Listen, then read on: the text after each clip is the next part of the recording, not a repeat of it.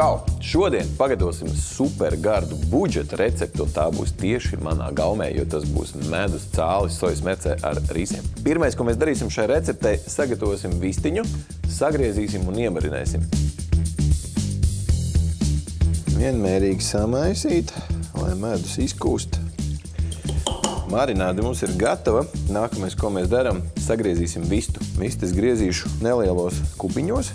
Tas mums palīdzēs vistai ātrāk un vienmērīgāk iemarinēties. Iejauksim marinādītē.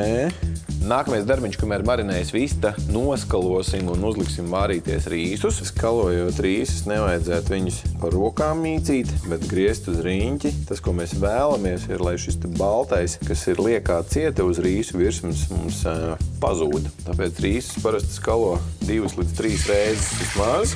Tā, mums ir 300 grami rīsi, tātad 375 ml ūdens. Un tagad mums nepieciešams ir strauji uzraut temperatūru, uzliksim vāciņu un vārīsim 10 līdz 12 minūtes. Noblanšēsim mūsu dārziņus, un šoreiz tas ir brokolis. Un brokolīšus blanšēsim ne vairāk kā 2 minūtes.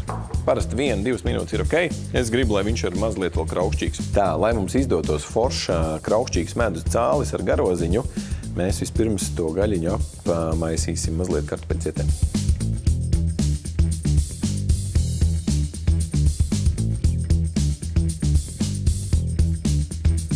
Un aiziet brokoļi klāt.